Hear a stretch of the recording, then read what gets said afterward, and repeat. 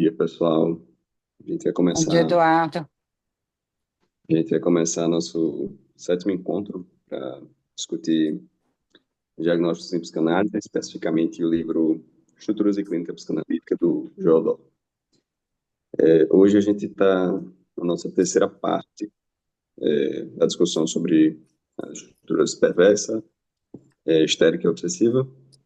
É, Lembrando que todos os encontros ficam disponíveis no nosso canal no YouTube e nas plataformas de streaming de áudio também, né? Podcast, Spotify, Deezer e algumas outras. Inclusive, ontem a gente postou nesse de áudio o encontro passado. Passo a palavra para o professor Dr. Charles Lang para dar início. Bom, bom dia a todos. Hoje a gente vai falar mais especificamente sobre o masculino, né? Sobre a histeria masculina. Então, assim, de início, dá para a gente dizer que a histeria masculina ela não tem nem a mesma história, nem a mesma popularidade que a histeria feminina, né? Então, são histórias diferentes, são usos do termo bastante diferentes, né? E o que a gente teria que acrescentar aqui também é que existe uma espécie de recusa em relação ao diagnóstico da histeria masculina, né? Tanto na clínica psicanalítica quanto na clínica médica, né? Porque a gente sabe assim que a palavra histeria se tornou quase uma espécie de palavrão e se aplicar às mulheres é uma coisa, agora se aplicar aos homens é uma coisa completamente diferente, né? Então, a histeria masculina, ela tem se beneficiado de uma série de camuflagens, né? Então, em geral, se busca sempre uma causa exterior, uma causa distinta, uma causalidade, digamos assim, honrosa, né? Que estaria ou nas outras pessoas ou que estaria no entorno, né? Então, o que a gente tem assim mais na clínica é que, em geral, os pacientes histéricos, eles chegam até nós diagnosticados, né? No caso das mulheres, em geral, é um diagnóstico de ansiedade generalizada, ou transtorno de ansiedade generalizada, ou, no caso dos homens, um transtorno depressivo não especificado, né? Então, vamos pegar assim esse transtorno depressivo não especificado. Esse diagnóstico é utilizado quando há sintomas depressivos clínicos relevantes, mas que não preenchem todos os critérios para um transtorno depressivo maior, distimia ou outros transtornos de humor mais bem definidos, né? Então, em geral, se chega a esse diagnóstico de transtorno depressivo não especificado a partir de sintomas, como é o próprio da clínica médica, né? Humor deprimido, perda de interesse ou prazer, fadiga, alterações no sono e apetite. Podem haver sintomas somáticos ou cognitivos, como a dificuldade de concentração ou dificuldade de memorizar, né? Então, não se chega a esse diagnóstico, né? Outra camuflagem da histeria masculina, em geral, é quando se atribui a etiologia, mais comumente, a um traumatismo, né? Quer dizer, o sujeito teria sofrido um traumatismo e, em geral, esse traumatismo seria físico, né? Então, acidentes do trabalho, discussões, brigas, demissões. Na época de Freud, a gente tinha fatos de guerra, né, que eram as chamadas neuroses pós-traumáticas ou neuroses de guerra. Então, é interessante ver que Freud, Ferenczi, eles participaram de uma espécie assim de força-tarefa na Primeira Guerra Mundial para acompanhar esses soldados que voltavam da guerra, porque de alguma maneira tinham sido debilitados psiquicamente, né? Então, eles tinham que diagnosticar se o paciente efetivamente estava traumatizado, se era uma neurose de guerra, ou se o paciente estava tentando escapar do campo de batalha, né? Então, a gente tem que lembrar que Freud era um clínico da histeria e que muitos desses casos de histeria masculina foram diagnosticados como neurose de guerra, ou seja, um fato externo, né? Um traumatismo físico ou outro, né? A situação da guerra, mas nunca chega à dinâmica psíquica ou à questão do desejo, né? Ah, então, isso vai ter esse diagnóstico assim de neurose de guerra ou situar isso no outro vai ter consequências práticas, né? Primeiro, exorcizar a culpabilidade pressentida, né? E o reconhecimento oficial através de rendas, pensões, títulos honoríficos, né? Aposentadorias. Então, a histeria masculina reconhecida, em geral, ela era indenizada ou condecorada, né? Sem que fosse necessário se chegar a reconhecer as molas propulsoras, né? Então, aí a gente vai ter também a raiz da DSM-1, né? Da primeira DSM, que foi elaborada justamente pelo Exército para ter uma forma de diagnosticar e indenizar soldados que deviam ser indenizados e não indenizar soldados que não deveriam ser indenizados, né? Então, a gente vê assim, a histeria masculina, a importância dela, mas uma importância assim que sempre foi recalcada, né? Nunca foi colocada muito à luz. O que se teve mais à luz nos últimos 3.000 anos foi a histeria feminina, né? Ah, o que o Joel Dor chama a atenção da gente assim de início é para prestar atenção na insistência que certos homens põem em mostrar as sequelas psíquicas de seu traumatismo, né? Então, essas sequelas psíquicas, esses sintomas, eles vão funcionar como um travestimento das molas propulsoras da histeria. Em especial, quando não há sequelas físicas características. Então, os sintomas da histeria masculina, eles não se diferenciam tanto assim dos sintomas da histeria feminina, mas são apresentados nas referências de um discurso médico que emascula o transtorno imaginário, habitualmente consentidos à expressão invasora da histeria feminina. Então, o Dor vai chamar a atenção que a histeria masculina não tem tantos séculos de história a seu favor, né? Não há grandes crises histéricas nos homens ou ataques histéricos como os que são descritos ou permitidos às mulheres. As manifestações da histeria masculina são menos espetaculares.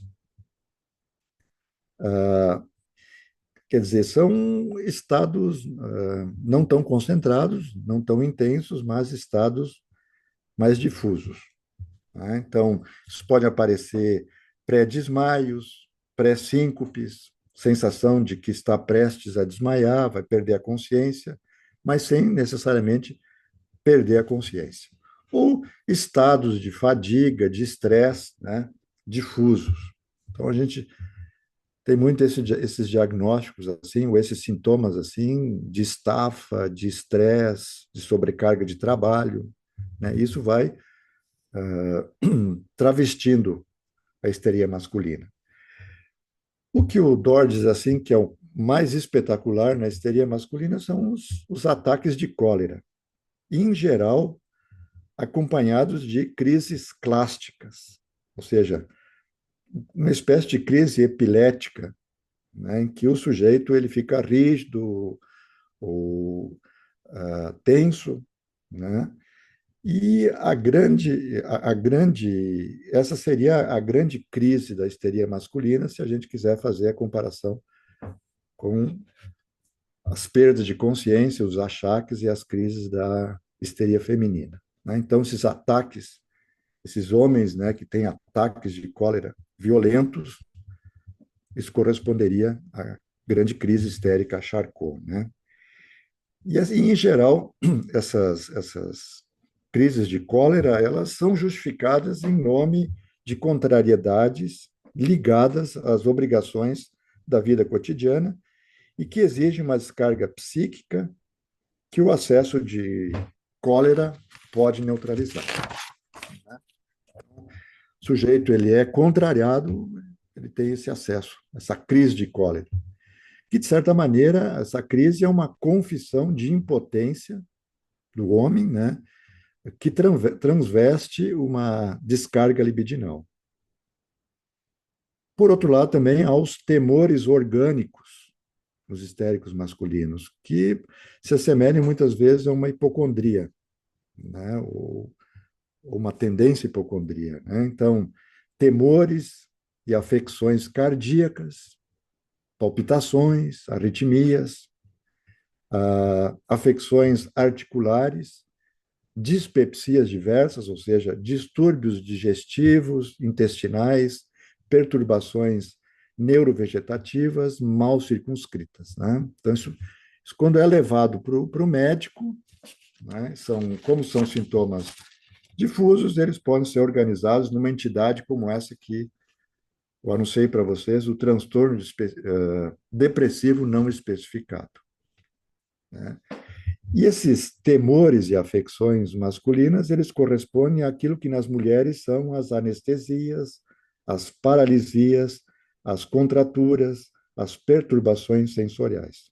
No entanto, a elaboração psíquica e a função disfarçada dos sintomas têm papéis comparáveis para os dois sexos.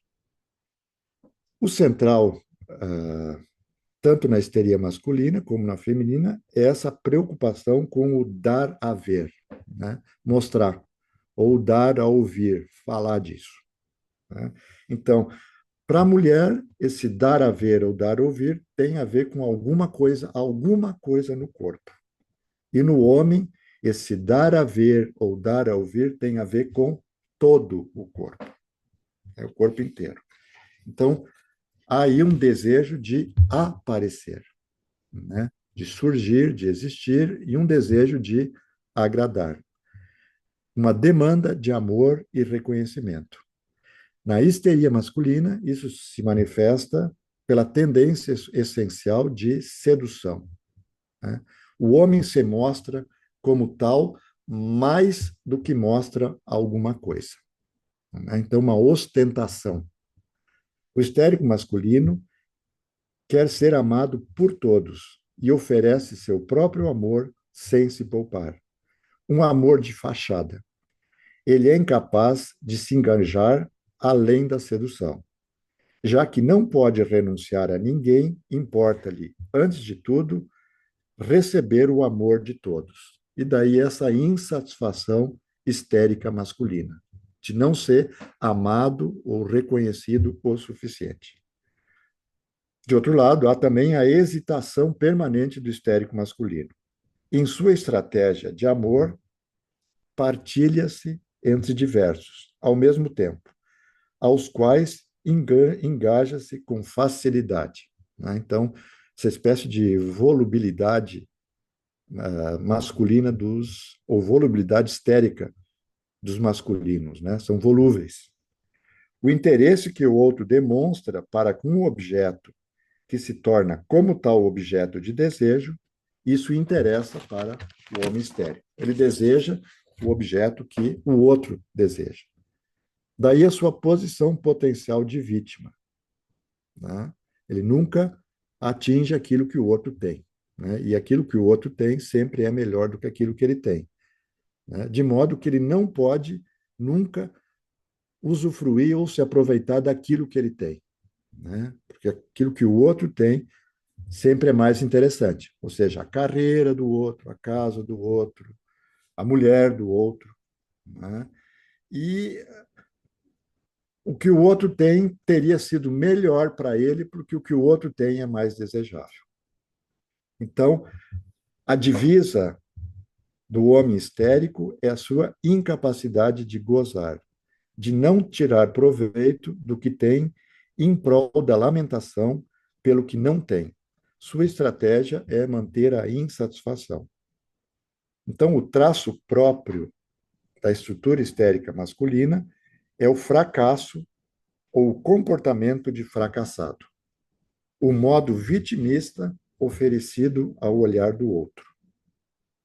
Isso se aproxima do que o Freud escreveu como neurose do fracasso ou as neuroses do destino, né? O fracasso diante do sucesso. Ou seja, aqueles sujeitos que, quando estão prestes a serem bem-sucedidos, eles produzem alguma coisa que os derruba, né? Eles dizem que o destino não permitiu, né?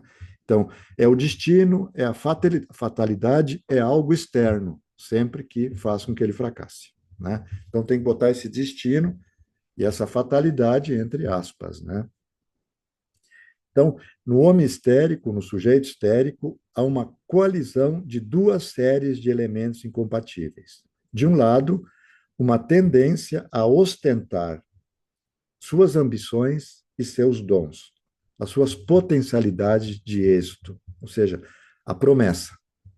De outro, a tendência vitimista em imputar à realidade exterior o fracasso da realização da primeira tendência. Se o desejo é realizável, se o desejo é realizável, ou seja, se o desejo é viável, o histérico se torna inapto para assumi-lo. Seria uma inaptidão inconsciente do histérico.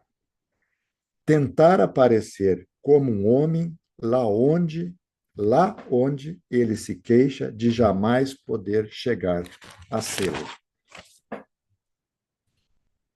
No que diz respeito à relação com o sexo na histeria masculina, o traço geral é isso de querer agradar a todos, né? Então, na sua relação com os outros, vai persistir sempre essa tendência, essa inclinação a querer agradar a todos, né? Ser presa disso. E quando não consegue agradar a todos, se colocar na posição de vítima, que é uma forma de querer atrair o interesse dos outros, a atenção dos outros. O outro, no que tange ao outro feminino especificamente, né, que a gente fala em geral, querer agradar a todos. Mas no que tange ao outro feminino, as mulheres, ele se apresenta alienado em relação a um certo tipo de representação da mulher. A mulher, para o homem histérico, ela é idealizada e inacessível. E aí eles colocam numa posição de evitação para com uma confrontação direta e pessoal com a mulher no campo sexual, né? E pode ocorrer também que o homem histérico, nesse processo de evitação com o outro feminino, ele se mascare ou faça cenas, encene posições ou situações homossexuais, né? Então, é aquele homem que, quando ele é convocado por uma mulher, ele responde de uma maneira homossexual, né? Então, sendo o outro semelhante a si, ele se protege assim da diferença dos sexos. O feminino somente assim consegue ser suportado. A compulsão, a masturbação, com encenações eróticas de mulheres homossexuais. Não é? Então, não é mulheres hétero, são mulheres homossexuais nas suas cenas masturbatórias, né? Então, isso a gente ouve nos relatos de muitos histéricos masculinos, né? As relações sexuais que eles poderiam ter tido e não tiveram, as mulheres que eles perderam, né? Em geral, grandes mulheres, mulheres que se aproximaram deles, que eles poderiam ter se aproximado delas, mas aconteceu alguma coisa que não foi possível. Agora, eles compensam isso masturbatoriamente, né? Em cenas em que não são essas mulheres em si, mas são mulheres com outras mulheres, não é? Há também o exibicionismo do histérico masculino, uma encenação do corpo, de todo o corpo. O fazer parecer, para aparecer, que é uma camuflagem, né? Que remete também à perversão, mas não é perversão, né? Mas é uma forma de manter o objeto feminino à distância, né? Então, encenar no corpo para parecer, para manter a mulher à distância. O que camufla também a impotência do histérico masculino, que pode aparecer fisicamente como impotência sexual. Então, a gente tem todo esse capítulo aí de pacientes, né, que chegam com distúrbios, né, no campo sexual, com impotência, ou pacientes com ejaculação precoce. Né? Então, o sintoma é impotência ou ejaculação precoce, mas isso encobre toda a dinâmica do desejo ou a posição que esse sujeito tem em relação ao feminino. Né? Ô, Por quê? Charles, Diga, só um comentário assim que eu acho essa diga. algumas partes desse livro do Geodó que eu acho que são bem interessantes assim, é quando ele faz essa espécie de diagnóstico diferencial que ele não fala, né, diagnóstico diferencial, mas assim, que a gente vê como não dá para pegar pelos sintomas só, ou pela fenomenologia da coisa, né? Porque às vezes, se a gente recebe um paciente que tem, né, por exemplo, exibicionismo, a coisa mais automática é relacionar com perversão, né? E aí Exato. aqui ele vai diferenciando como né, um exibicionismo pode fazer parte de um quadro histérico em outros momentos do livro. Eu acho que ele fala de paranoias que não são necessariamente estrutura psicótica, mas que fazem parte de uma estrutura obsessiva, né? Esse tipo de coisa que eu acho que no livro dele ele vai pincelando assim e que são interessantes destacar, né? Ficar atento. Uhum. Não, e é interessante assim também esses sintomas de moda, né? Sim. É, hoje assim não ninguém tem mais vergonha de dizer que está deprimido, né? Uhum. Então existe assim uma condescendência social, né, com a pessoa. Há um ganho secundário na depressão. Então o sujeito se identifica com esses sintomas e traz esses sintomas. E daí o diagnóstico que veio é de um transtorno depressivo não especificado. Mas isso não toca justamente nesses pontos que é a dinâmica do desejo, né? Então, aqui no caso do transtorno ao nível sexual, né? Ou a impotência sexual ou a ejaculação precoce, o que isso mascara é essa confusão no histérico masculino entre desejo e virilidade, né?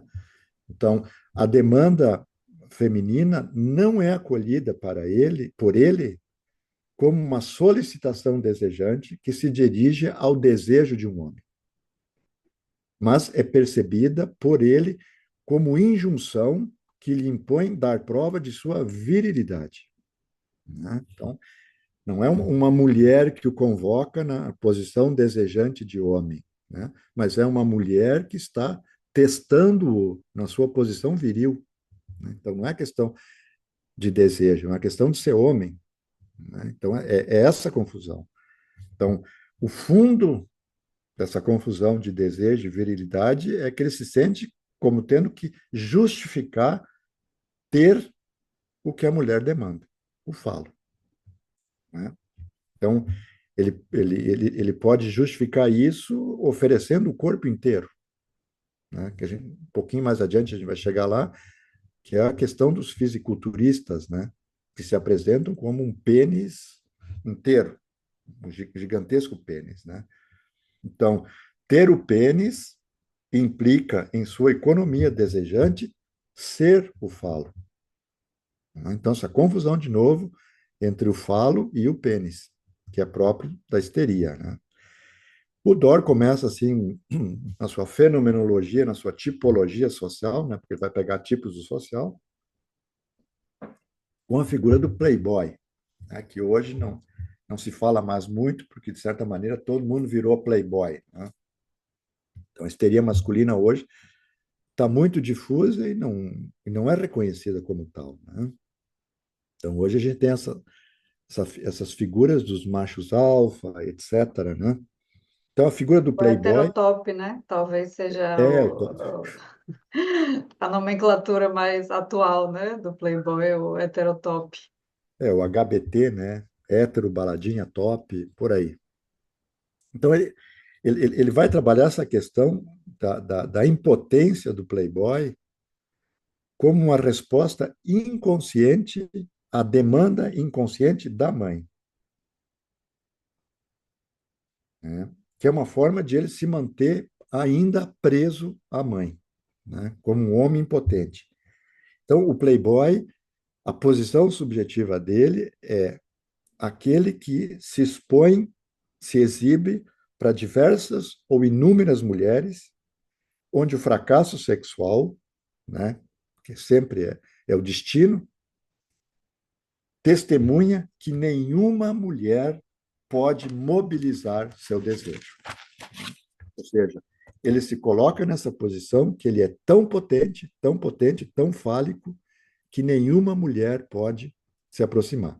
Né? E todas as mulheres que podem se aproximar fazem com que ele fracasse, porque elas não são o suficiente. Né? Então, são homens que, quando crianças, foram colocados na situação de objetos de compensação da carência materna. Né? Então, isso é uma coisa importante de se ouvir, essa relação do histérico masculino com a mãe. Então, para o playboy, ter uma mulher após outra, elas aparecem para ele como troféus, o que permite, no plano da virilidade, não do desejo, sustentar-se como um homem. Né? O homem não é um ser de desejo, o homem é um ser viril para ele. E quando eu estava preparando essa apresentação aqui, casualmente, né, aconteceu isso que sempre acontece. Quando a gente está focado em alguma coisa, começam a aparecer coisas que têm a ver com aquilo que a gente está focado. Então, me apareceu aqui a história, a coisa do movimento dos legendários, né, que está se tornando uma moda, e os homens participando do movimento legendários. Quem assistiu aquela série, né, como que eu conheci sua mãe, né, I Meet Your Mother, né, daí tem o Legendary, né, que é um sujeito que todo dia ele pega uma mulher diferente, eles têm as estratégias, as táticas, né? Mas o movimento legendário está se apresentando como um movimento para resgatar a verdadeira masculinidade, né? Então, é uma masculinidade que tem a ver com fé, com família, com foco, com objetivos na vida, com propósitos. Resgatar é um resgate de valores, né? Do homem no papel de provedor, líder, cabeça de casa, e a mulher na posição de obediente, dona de casa, servil, feminina. Né? Para as feministas, a leitura é de que é um discurso bonito, mas é um discurso para o velho projeto machista de sempre. Né? Então, as feministas elas não conseguem ler aí a histeria masculina, né? Uma nova manifestação da histeria masculina. Então, é isso de esses homens não poderem ser reconhecidos em outra posição, senão nessa posição social, não em sua posição subjetiva. Né? Além da figura do playboy, né, do movimento legendário, a gente vai ter a figura, o tipo dos fisiculturistas. Na falta de ter o falo, esses homens, metaforicamente, são o falo, encarnam o falo. Né? Porque há esse equívoco de base. Né? Primeiro equívoco entre desejo e masculinidade, e o que está à raiz desse equívoco, desejo e masculinidade, é a confusão entre falo e pênis. Né? Quanto maior o pênis, mais homem o sujeito é. Quanto menor o pênis, menos homem ele é. Então, ele tem que compensar isso, exagerando o tamanho do seu corpo. Né? Então, de todo o seu corpo.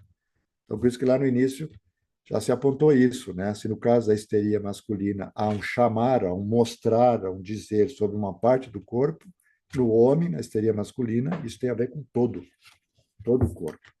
Né?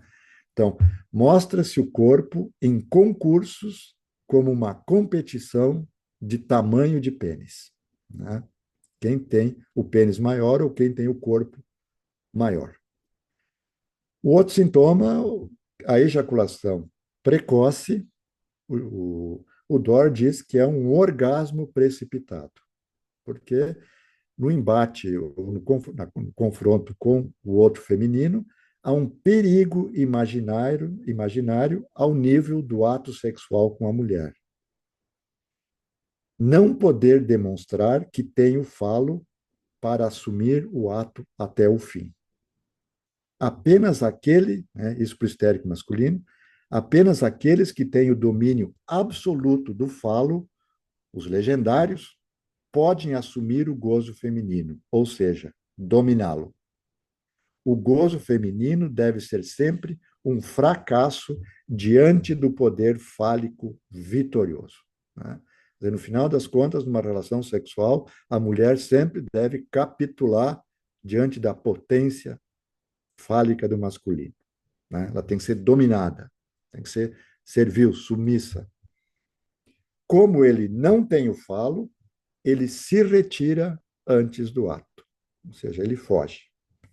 Se não foge antes da mulher, né? Agora, a gente está falando do caso do homem que não conseguiu escapar da mulher. Né? Então, a forma de escapar da mulher, do gozo feminino, é a ejaculação precoce. Então, o que paira para o histérico masculino é esse fantasma de que há homens verdadeiros e homens viris. E há homens que não são verdadeiros por não serem viris o suficiente, e pode ser que eles sejam desses homens. Né? Ah, e esses homens viris, esses homens verdadeiros, são os homens que sabem fazer gozar todas as mulheres. São irresistíveis para todas as mulheres. Então, vê a figura do playboy. Ele está tentando parecer que é esse homem, e o fisiculturista está tentando parecer que ele tem esse pênis. Né? Então, o homem que faz gozar todas as mulheres tem um pênis enorme. Então, isso são elementos que ele vai apresentar para a gente pensar a clínica da histeria masculina. Né? Então, é um desafio a gente começar a escutar os homens de outra maneira. Né? Não escutar a partir de sintomas, a partir de queixas, né? Mas a partir da estrutura. Porque, em geral, no máximo que se fala do masculino é dentro da estrutura obsessiva ou perversa. Mas é pouco pensado dentro da estrutura feminina, histérica, porque a histeria está caracterizada como algo feminino. Né? Então, em geral, se mais no senso comum, os homens tendem à neurose obsessiva e as mulheres tendem à neurose histérica, né? Como se fosse mais difícil ter mulheres obsessivas ou fosse impossível ter homens histéricos, não é? Bom, como eu disse, hoje a gente vai falar sobre o masculino. Então, o masculino na histeria e o masculino na neurose obsessiva. Então, para entrar no caminho da neurose obsessiva, o Joel Dor, de novo, ele retoma a questão de método. Né? A gente já assinalou no momento anterior que quando o Dor vai falar das perversões, ele não fala das perversões a partir da neurose. Né? Agora, tem que assinalar de novo que o Dor se coloca a partir das perversões para falar das neuroses. Né? E o método dele é de abordar as estruturas, tanto as perversas como as neuróticas. No caso aqui, ele não trabalha as estruturas psicóticas, mas é sempre abordar as neuroses ou as perversões como estruturas a partir do processo de atualização do desejo do sujeito diante da função fálica. Né? Então, quando se vai falar de estrutura, vai se falar do desejo do sujeito diante da função fálica. No campo psicanalítico, há uma tradição de apresentar. Ele vai fazer um recorrido, né? Ele vai voltar a Freud, isso que é muito interessante, né? Porque Freud trabalhou a neurose obsessiva antes da neurose histérica. Né? Freud é o responsável por retirar a neurose obsessiva do campo das monomanias. As monomanias estavam no campo das psicoses. Então, Freud foi o clínico que, né, porque no final do século XIX se tinha o campo das psicoses e o campo das neuroses, né? As afecções gerais do aparelho psíquico, do cérebro, e as afecções específicas do aparelho nervoso ou do cérebro. Então, a monomania fazia parte das afecções generalizadas. Então, Freud foi retirar a neurose obsessiva do campo da monomania, né? E aí que ela entrou no campo da neurose. Ela é uma afecção psíquica específica que pode ser tratada pela psicanálise. Mas como a maior parte dos pacientes de Freud eram histéricos, né? A primeira clínica de Freud é uma clínica da neurose histérica, e não aparece tanto a neurose obsessiva, né? Vai aparecer ali em 1907 um caso de neurose que é o homem dos ratos, né? Mas o caso anterior de Freud, paradigmático, é o caso Dora, caso de histeria feminina, e o caso do Hans, uma neurose infantil, né? Mas, assim, a estrutura obsessiva, no campo psicanalítico, em geral, ela é apresentada como uma organização psíquica que teria a particularidade de ser oposta à da histeria, né? Então, seriam campos opostos. E isso tem a ver com, muitas vezes, a confusão entre essa observação de traços fenomenológicos ou de fenômenos, né, sintomas, e o que ele chama de traços estruturais, né? Então, essa confusão aí situou a histeria e a neurose obsessiva em campos opostos. E, às vezes, chega-se até em salas de aula a se dizer assim que o casamento perfeito, entre aspas, seria um casamento entre um histérico e um obsessivo, né? Como se eles fossem complementos, o oposto se complementasse, né? E não se pensa nas consequências disso, a desgraça que seria isso, né?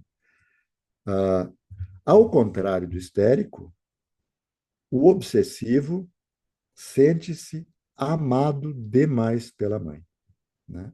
Se há essa queixa do histérico que ele não foi reconhecido e nem amado o suficiente, por isso essa necessidade de aparecer, né? Mamãe, olha eu aqui, quer dizer, essa criança que está o tempo inteiro chamando a atenção de uma mãe que é desatenta, né?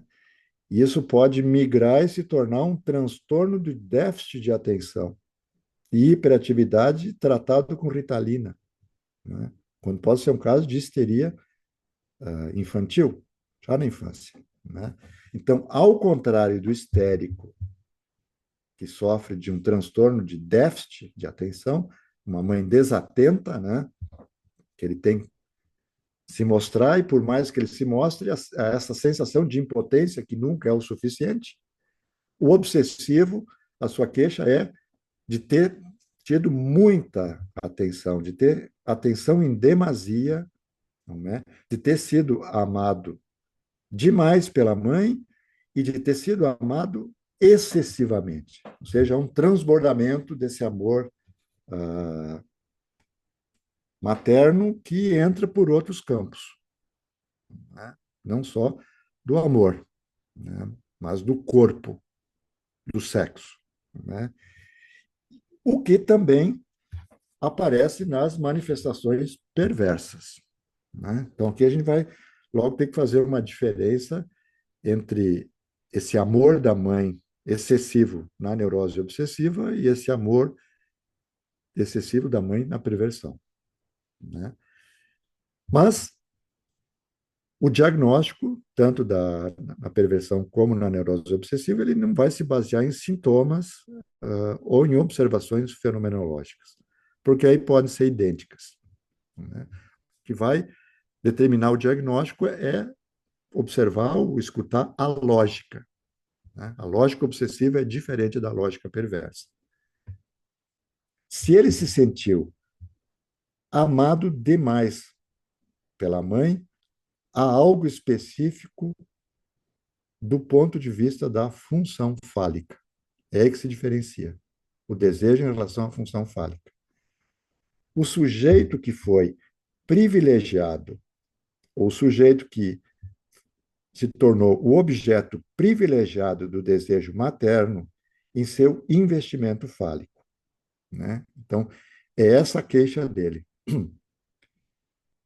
Do ponto de vista da relação do desejo com o falo, esse sujeito se queixa de ter sido hiperinvestido pela mãe, pelo desejo materno, né? Como sendo o falo. Mas aí é uma quebra, né? Porque ele não se fixou como sendo o falo da mãe, que é o caso do perverso, né? Ah, mas há no obsessivo uma nostalgia de ter sido, né? Então, a fórmula do Dor é: os perversos são os nostálgicos do ser. Eles sabem que não são, mas têm essa nostalgia, essa fantasia de um dia terem sido o falo da mãe, né? Então, do ponto de vista da lógica fálica, o obsessivo é a criança preferida pela mãe. A criança que se constitui como o objeto junto ao qual a mãe supostamente iria encontrar o que ela não consegue encontrar junto ao pai. Essa é a diferença da perversão. Uma criança presa na crença de que a mãe poderia encontrar nela, a criança, o que supostamente a mãe espera do pai. Então, há uma mensagem, há uma demanda em relação ao pai, mas uma expectativa de que a criança responda no lugar do pai. Ou que a criança, como objeto privilegiado da mãe, esteja em condições de responder a algo que é demandado ao lugar do pai. O que pode parecer assim um fantasma, né, que está nessa frase: nunca faça a mulher alguma o que o seu pai está fazendo comigo. Quer dizer, o sujeito é colocado numa posição de não fazer nunca o que o pai está fazendo. Ou o contrário, faça aquilo que o teu pai não está fazendo, né? Você é o herdeiro disso que o seu pai não fez, né? E aí é nessa passagem do ser ao ter que se coloca o problema do obsessivo. Ou seja, o obsessivo consegue fazer essa passagem que o perverso não consegue, né? O perverso talvez ele consiga fazer essa passagem indo para a homossexualidade, né? A homossexualidade é uma das saídas da perversão. Não é que a homossexualidade seja perversa, é uma das rotas de escape da perversão, mas não é a rota de escape do obsessivo, né?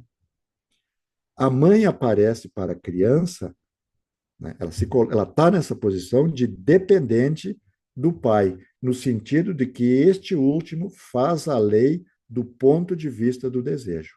Essa mãe é dependente do pai no que diz respeito à lei do desejo, certo? Que não acontece na perversão, né? A mãe do perverso, ela não vetoriza esse desejo em direção à lei do pai, mas ela vetoriza esse desejo em relação à posição em que ela se encontra, né? Por isso que o que o perverso tem que lidar não é com a lei simbólica do pai, mas com a mãe fálica, que encobre essa abertura, né, ao pai. Então, se a gente for fazer uma revisão do que seria a lógica esperada, né, ou a lógica que deveria ter ocorrido, então, teríamos esse caminho. Se o pai é suposto fazer a lei para a mãe, é suposto a mãe desejar o que não tem, mas que o pai possui. Primeira etapa. No investimento do pai, é-lhe atribuído o falo. No deslocamento do atributo fálico. No primeiro momento, sou o falo, que é a psicose. No segundo momento, minha mãe tem o falo, perversão. Temos um terceiro momento. Minha mãe não tem o falo, eu não tenho falo, ou não sou, né? Meu pai não é o falo, mas meu pai tem o falo.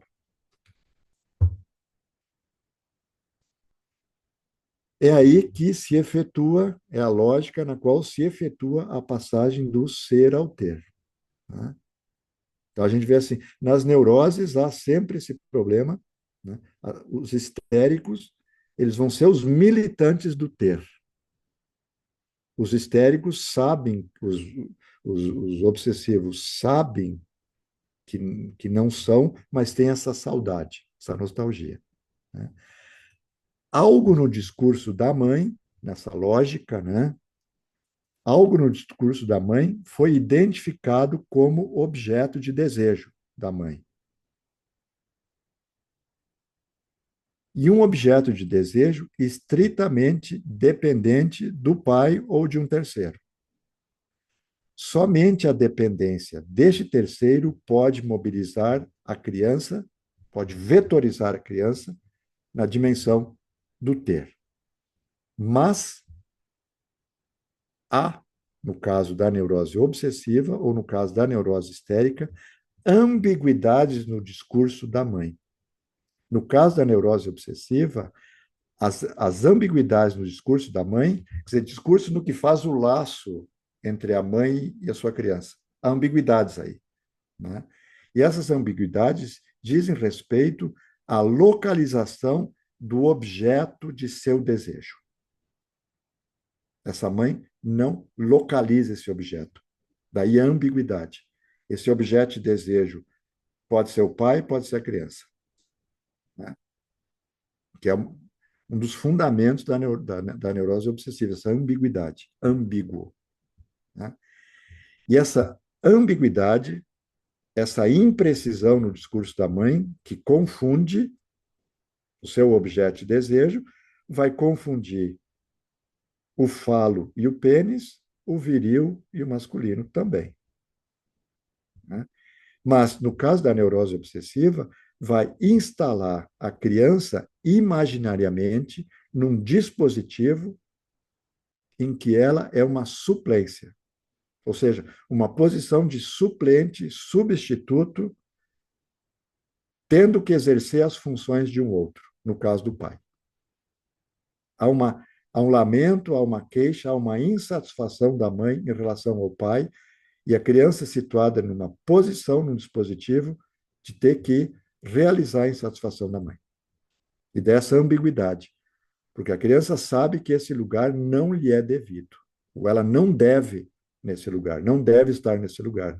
Por isso, essa relação ambivalente do obsessivo com o desejo e com a lei, porque ele está mal situado, mal posicionado, né? Quer dizer, a coisa não está bem parada, não está bem situada.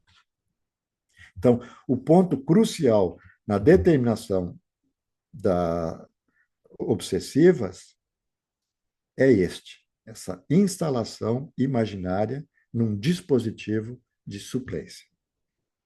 No caso das perversões ou das psicoses, a criança estaria na posição de suplência ao objeto de desejo da mãe, né? Então, o sujeito é situado nessa posição de substituto do objeto do desejo da mãe. Mas, no caso da psicose e da perversão, essa suplência vai ser diferente da suplência na neurose obsessiva. Na psicose e na perversão, a criança é suplente, substituto do desejo da mãe. Essa posição, né, suplente do desejo da mãe, vai predispor ou a psicose ou a perversão. Agora, se a criança é colocada não nessa posição, mas dentro de um dispositivo em que ela é imaginariamente instalada como suplente de um outro pai, ela vai ser colocada no lugar não do desejo da mãe, mas de suplente da satisfação da mãe, né? O que faz supor que essa satisfação foi designada à criança como falha. Esse desejo da mãe não foi satisfeito. E a criança é colocada na posição de um objeto falho. Daí, isso que eu sublinhei há pouco, essa ambiguidade. Ela está no lugar de um outro, e esse outro não cumpriu a sua função. Então, ela tem que cumprir essa função para satisfazer a mãe. Mas esse desejo da mãe é um desejo insatisfeito. É impossível, né? Por isso, essa ambiguidade. Que isso vai perseguir o histérico obsessivo a vida inteira. Cada coisa que ele realiza perde o valor. Ele tem que começar uma nova empreitada praticamente impossível, mas quando ele realiza isso praticamente impossível, perde o seu valor, né? Porque essa jornada dele, desde o início, já está, é uma partida perdida, é um jogo perdido, né? Então, ele entra nessa repetição para competir com um objeto que já está, de antemão, perdido. A criança percebe que a mãe, né, é dependente do pai do ponto de vista do seu desejo, mas percebe que a mãe também que a mãe não recebe do pai por inteiro o que supostamente ela espera. Então há uma lacuna na satisfação materna. E essa lacuna, esse gap, esse furo, é por onde o obsessivo se enfiou, né?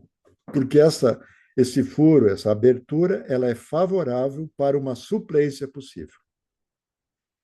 Então, de um lado, a criança é confrontada com a lei do pai, né?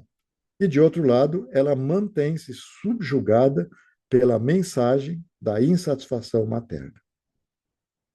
E nisso, ela se sente numa posição de investimento, de um investimento particular. Ela é a criança preferida, privilegiada. Ela tem esse privilégio. Há um apelo de oferecimento para a persistência da identificação fálica. Ou seja, a mãe convoca essa criança na posição de ser o falo, né? Mas ela já saiu dessa posição, ela já se defrontou com a lei do pai, só que no campo da lei do pai, o desejo não foi ressignificado, ou foi significado como desejo materno insatisfeito, né? Então, há esse apelo para ela persistir nessa posição de identificação com o falo, de ser o falo da mamãe, e daí essa nostalgia de ser, né? Não é mais, tem, mas não é mais. O que coloca o obsessivo sempre nessa posição de incerteza, né? Se ele é ou se ele tem. De um lado, há um retorno regressivo à identificação fálica, e de outro, a obediência à lei e às implicações que esta supõe. Então, dá para colocar assim que a posição do obsessivo é ou retornar ao ser ou obedecer à lei, né? Então, aí vai aparecer esses traços obsessivos do ponto de vista da lógica fálica, né? Daí a gente vai voltar de novo para a questão do desafio obsessivo e da transgressão obsessiva. Isso do ponto de vista do desejo, né? Então, o desejo para o obsessivo vai ter sempre um caráter imperioso da necessidade e do dever, que margeiam a organização obcecante do prazer.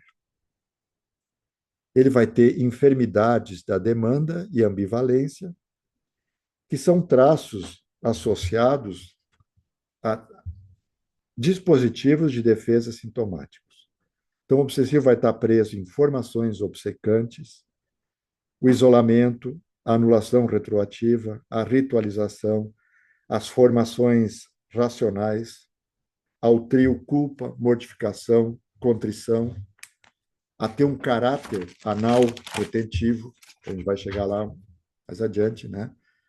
Então, o ponto indutor da neurose obsessiva é este signo do desejo materno insatisfeito que inscreve a criança junto a ela como uma suplência, numa relação dual privilegiada com a mãe. E nessa relação dual privilegiada com a mãe, nesse amor excessivo, esse amor excessivo que ele se queixa da mãe, é um amor que transborda no acesso ao corpo da criança. E nesse acesso, é um acesso que induz e favorece o gozo.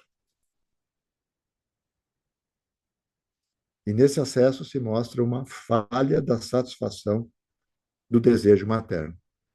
E daí o Dor vai trazer algo de volta que parece ter sido esquecido na teoria psicanalítica, a sedução, a teoria da sedução. Né? Então, se as histéricas se queixavam de terem sido seduzidas pelo pai, né?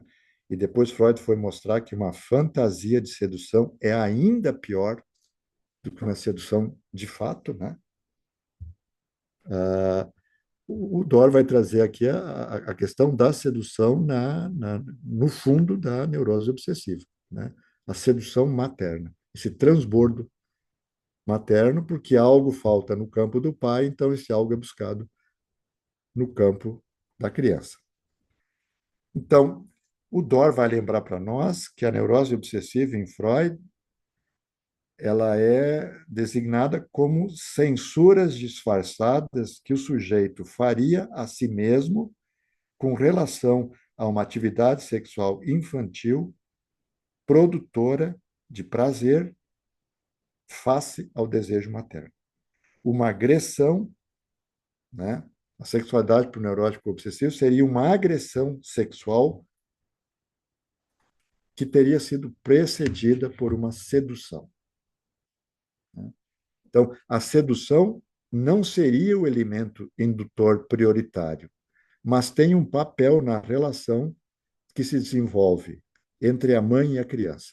Então, ele usa esse termo sedução materna para designar uma vivência psíquica singular, algo nessa relação entre mãe e bebê que foi sentida ou pressentida como sedução. Então, como eu disse, isso do ponto de vista psíquico é muito mais intenso, pode até ser pior do que um de fato. Então, não se trata de algo de fato, mas algo que foi vivido ou pressentido como tal. Né? Pode ser uma palavra, um gesto, um toque. Né? Então, uma sedução erótica passiva por parte da mãe. Não é uma sedução erótica ativa, mas é uma sedução erótica passiva, ou seja, não é a mãe que teria avançado sobre a criança, mas é uma forma passiva de atrair a criança. Então, a criança se sente como um agente em algo que ela não, ou como um agente participante em algo do qual ela não deveria ter participado, mas que ela não pôde não participar. Né? Por isso a ambiguidade e a culpa. Né? Então, o excesso de amor testemunhado pelo sujeito obsessivo. É isso que ele se queixa, esse excesso. Porque ele não consegue fazer borda litoral, né? Até onde pode, até onde não pode, até onde foi, até onde não deveria ter ido. Essa ambiguidade, tem que demarcar. Né? Então, toda essa ritualização, evitação, toques. Né? Então, é um dispositivo onde a sedução erótica materna constitui um apelo para suprir sua insatisfação. E isso se dá pela passividade sexual.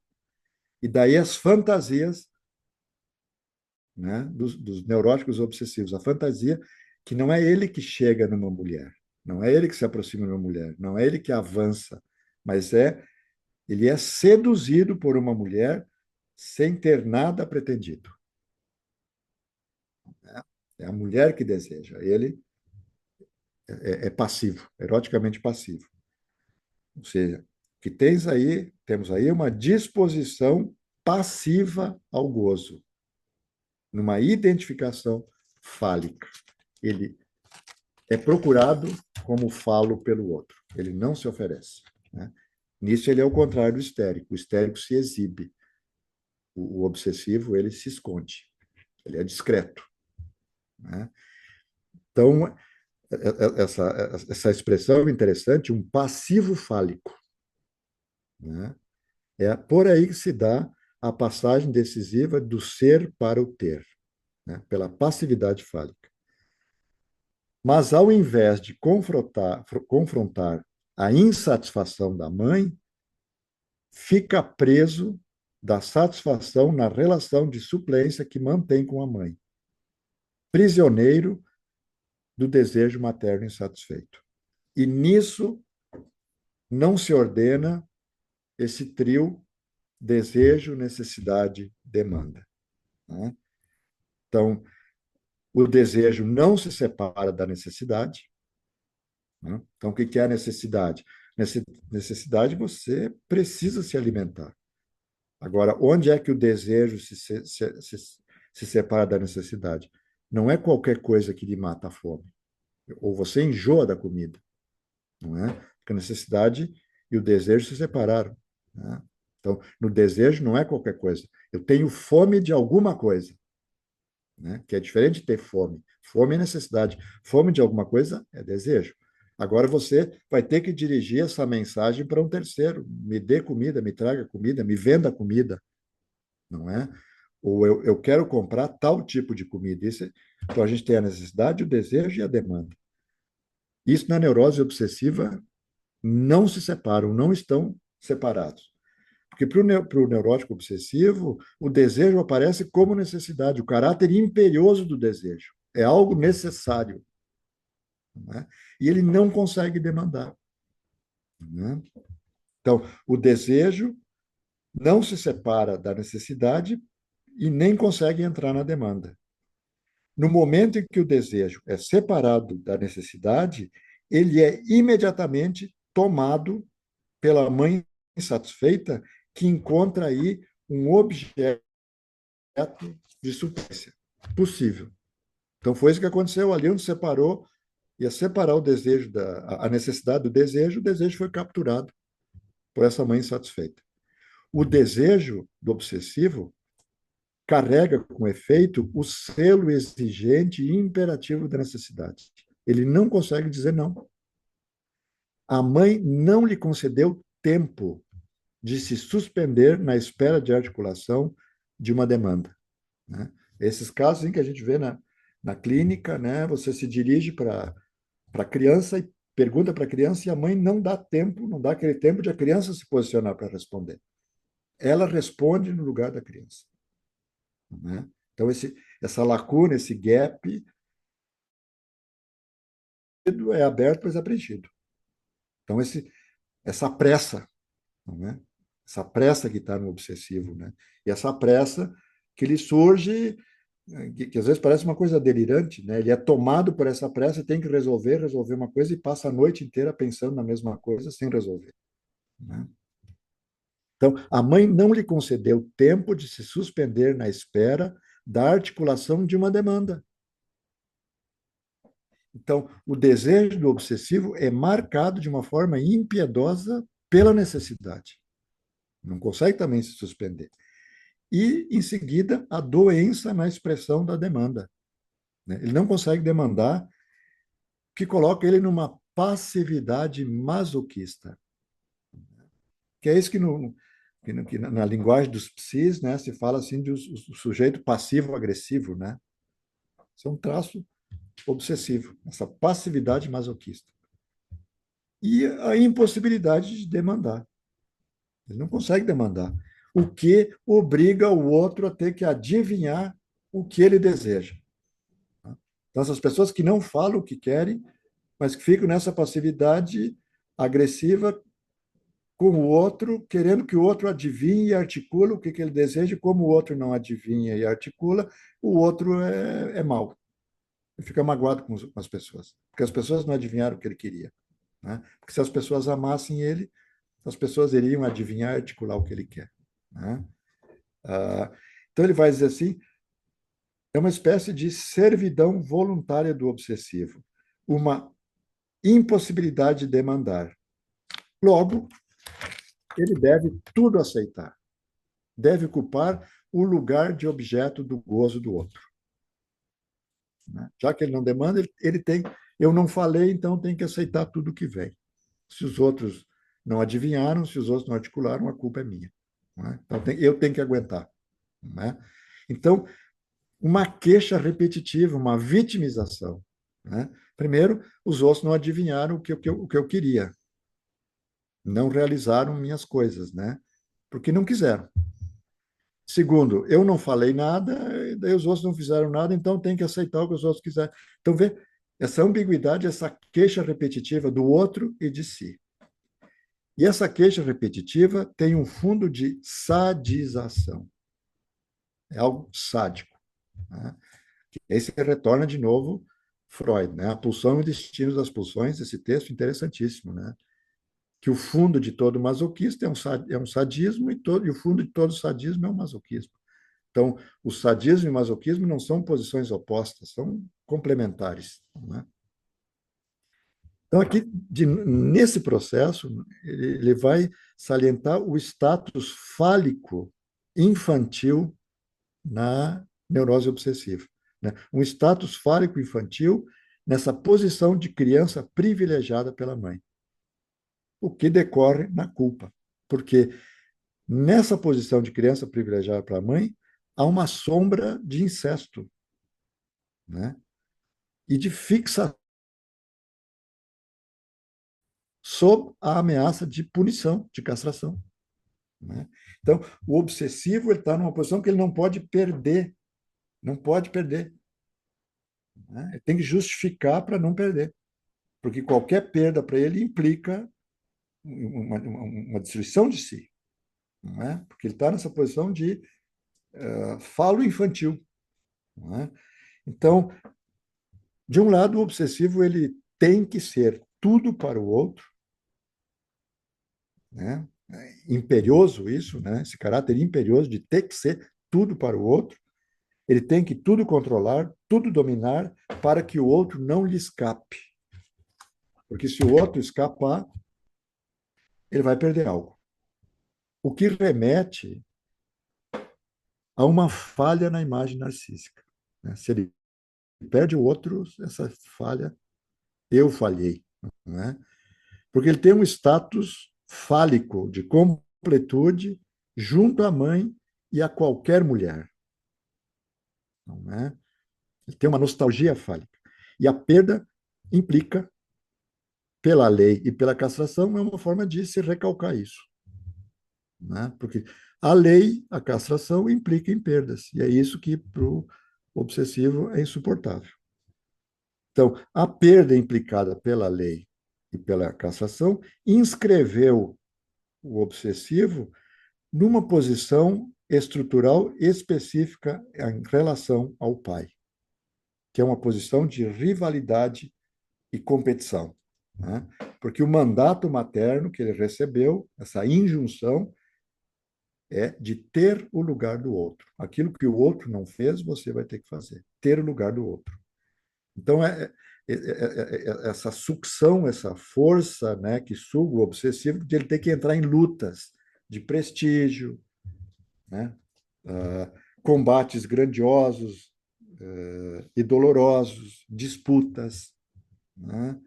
Então, ele tem sempre se sentir num desafio, né? E nesse desafio é um desafio necessário. Ele é uma necessidade e é a necessidade de encontrar um senhor, né? Que também está na histeria. Mas agora a posição do desejo em relação ao falo é diferente na neurose obsessiva e na histeria. Na histeria, o desafio, essa necessidade de desafio em relação ao senhor, é governado por uma estratégia de destituição, né? O histérico desafia para destituir, né? Então, isso a gente tem que observar muito na clínica, o porquê o analista se abstém de falar, de opinar e tal, porque qualquer posição de senhorio, domínio que ele ostentar diante do histérico, isso vai convocar esse desafio para destituir. Não é nada disso, né? No caso do obsessivo, há uma necessidade de encontrar um senhor, ele desafia esse senhor, mas não para destituir, mas para testar esse senhor até o ponto que esse senhor se mantenha nesse lugar. Então, vai ser uma insistência para reiterar a posição do senhor. Ele precisa de um senhor que não saia do lugar, né? Um senhor que se mantenha nessa posição como senhor até o fim. Um pai que não possa ser suplantado, né? Então, essa contínua busca e esse contínuo decepção. Então, vai buscar outro, né? Um senhor que proíba e condene a erotização incestuosa da relação com a mãe. Então, percebe? É alguém que venha definitivamente, opere a castração, resolva a situação, né, da culpa da relação incestuosa com a mãe. Então, o desafio na neurose obsessiva é um desafio de colocação à prova o pai e o senhor. E nisso, ele vai ser perseverante e obstinado, né, para atingir o domínio do gozo, ou seja, o lugar do pai. Então, para o obsessivo, o pai é o único que domina o gozo. Então, ele vai testar para ver se realmente é o pai. Nada vale mais que um novo objeto a conquistar nessa interminável ascensão rumo ao controle absoluto do gozo, de um gozo sem falta. Luta sem fim para assegurar o controle onipotente do objeto. No que diz respeito a outro traço estrutural, tanto da histeria quanto da neurose obsessiva, que é a transgressão, o obsessivo vai tratar de transgredir de forma controlada sem realmente ter que transgredir, né? Ele gostaria muito de transgredir, mas não consegue transgredir. E nisso ele vai oscilar entre uma posição legalista da moral e dos bons costumes, né? O obsessivo é alguém que preserva a lei, a norma do pai, em oposição a esse desejo enorme, o desejo inconsciente de transgredir, né? Ele tem que negociar isso tudo, né? Então, o obsessivo ele vai estar nessa obstinação em proteger a ordem, mas numa completa falta de, como é que é o termo que eu vou usar aqui, de discernimento acerca do que está protegendo, né? Ele está defendendo algo e ele não sabe o que ele está defendendo. Por isso que ele não consegue transgredir. Assim, é um rebelde sem causa. Ele está lutando contra algo que ele não sabe, contra o que ele está lutando, ou está protegendo algo que ele não sabe o que ele está protegendo. Porque, no final das contas, ele nada quer saber do desejo, porque o desejo está implicado com incesto, e nada quer saber da lei, porque a lei fracassou, né? A lei não satisfez a mãe. Então, aqui, ele vai dizer que nos investimentos amorosos, o sujeito obsessivo ele vai dar o melhor de si mesmo, né? Que isso é cativante. Ele sempre dá, ou pelo menos ele diz que está dando o melhor de si mesmo. Ou isso vai voltar na queixa depois. Eu dei tudo, né? Eu dei o melhor de mim e sofri com ingratidão, né? Só que esse dar tudo é dar tudo e nada, né? Ele dá tudo o que ele pode sacrificar e nada na medida em que ele não aceita perder, né?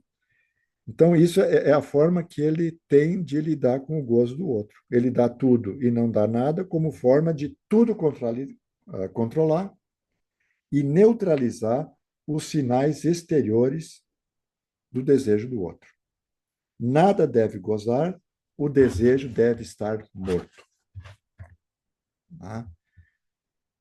Se ele não dá nada, ele não perde nada. E ao menor sinal de exterior, de insatisfação ou de gozo no outro, ele está pronto para tudo dar para que as coisas voltem a seu estado inicial. Então, na estrutura obsessiva, há esse entrejogo entre perda e falta, né? Perder, não pode perder nada, né? Perder é faltar.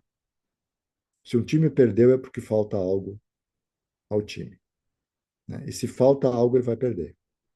Então, para nada faltar, é necessário neutralizar o desejo. O desejo é algo que é mobilizado pela falta, não é? Então, tem que neutralizar o desejo para que a falta não apareça. Então, o outro não pode desejar. O outro não pode estar insatisfeito, porque o outro não pode faltar. Porque se algo falta ao outro, né, essa posição fálica infantil retorna, né? Então, o objeto amável e amado deve se fazer de morto para sobreviver. Essa é a contradição, né? Para sobreviver ao obsessivo, a mulher tem que se fazer de morta. Se o outro está morto, ele não deseja, né? Porque a única criatura que está completa nesse mundo são os mortos, né? Atingiram a plenitude do tempo e desapareceram. Estão completos. Agora, antes da morte, há a vida, e a vida é incompletude, que é isso que o obsessivo não suporta. Então, o outro tem que estar morto, o outro não pode desejar. O outro não deve nada demandar, pois se ele demanda, é porque deseja. O obsessivo gasta todas as energias para que o outro nada falte, para que o outro não deseje. Dessas frases que a gente ouve, né? Não lhe falta nada, ela tem de tudo em casa, ela não precisa trabalhar, eu dei tudo, eu me sacrifiquei, e ela ainda assim, pontinhos, né? Então, eles despendem tudo sem moderação para que o outro resida em uma prisão ou em um túmulo de primeira classe, né? Então, a estratégia é apropriar-se de um objeto vivo para transformá-lo em um objeto morto e cuidar para que ele assim permaneça. Destituição desejante do outro, que também pode passar pela desqualificação, o enfeiamento do outro, né? Ele pode destituir o desejo do outro ou desqualificar e enfeiar o desejo do outro, que é isso que a gente ouve muito dos tais dos relacionamentos tóxicos, né? Que é alguém que me enfeia ou me desqualifica, né? Então, nesse processo aí, o obsessivo, se ele não consegue neutralizar o desejo do outro, a estratégia é tornar o outro indesejável. São esses homens que desqualificam a mulher. Eles não se queixam da insatisfação da mulher, eles desqualificam a mulher. E essas mulheres que ficam nessa posição de desqualificadas, né? Então, o obsessivo aguenta tudo, essa posição dele, né? Porque ele quer ser tudo para todos. Ele aguenta tudo, exceto uma coisa: que o outro goze sem ele.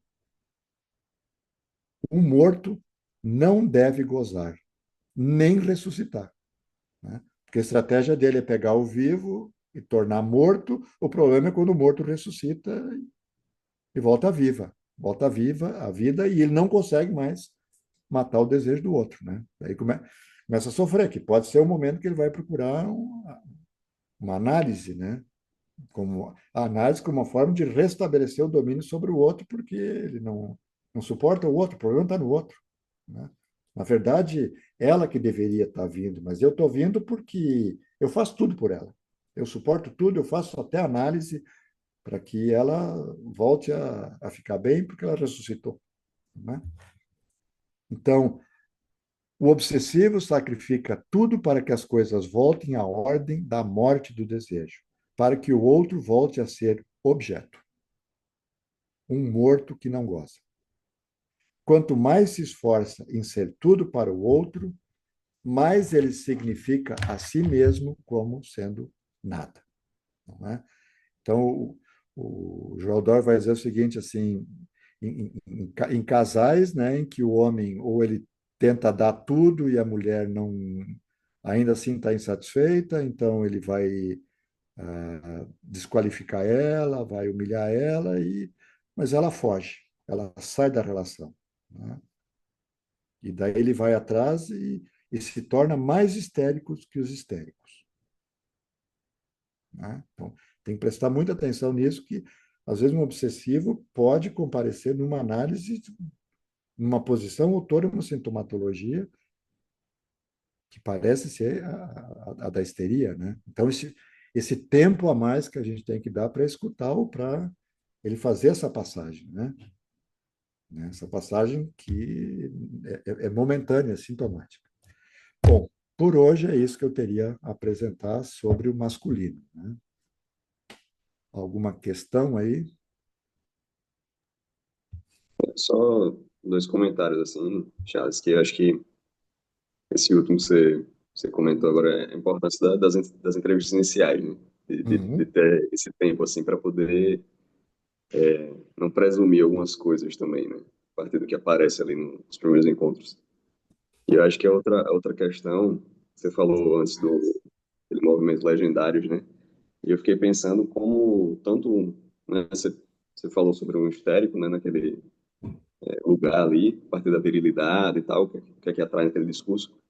Mas eu fiquei pensando agora no neurótico obsessivo também, que também pode ser atraído, né, fisgado por esse discurso, talvez a partir dessa questão do pai, assim, que chega e interdita ali essa coisa da mãe, assim, e traz um discurso extremamente definitivo, assim, sobre isso, né, pesado. Só esses meus comentários mesmo. É, é- é que os legendários, eles não atraem o obsessivo. Né? Porque tu vê o seguinte, os histéricos, eles querem uma identificação fálica. Eu falo. O obsessivo, ele está nessa posição. Ele não vai fazer esse tipo de movimento. Esse tipo de movimento não demanda ele. Isso é bem. O movimento legendário é bem uma coisa da histeria masculina, não é uma coisa da estrutura obsessiva. O obsessivo, talvez, ele entre numa religião que ele tenha que ser devoto, tem o sacrifício, a culpa, o sofrimento, que não é o caso do movimento legendário. Os valores do movimento legendário não são os valores da neurose obsessiva. Não é a moral e os bons costumes. É uma identificação, né?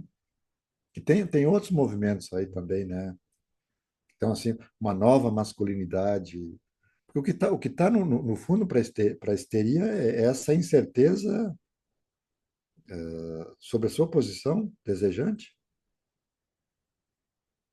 não é? Que é bem diferente da questão obsessiva, né? Mais alguma coisa aí?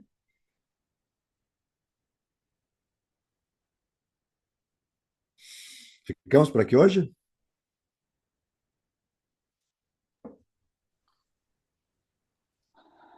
Ficamos, então. Até a próxima, né? Que pode ser talvez no dia 24 de maio. Estaremos aqui novamente. Uhum. Perfeito. Até Um bom então. fim de Bom semana final de para Bom todos. semana. para todo Bom mundo. Até. final de Tchau, tchau, semana. Final Cacau. de semana. Uhum. Tchau.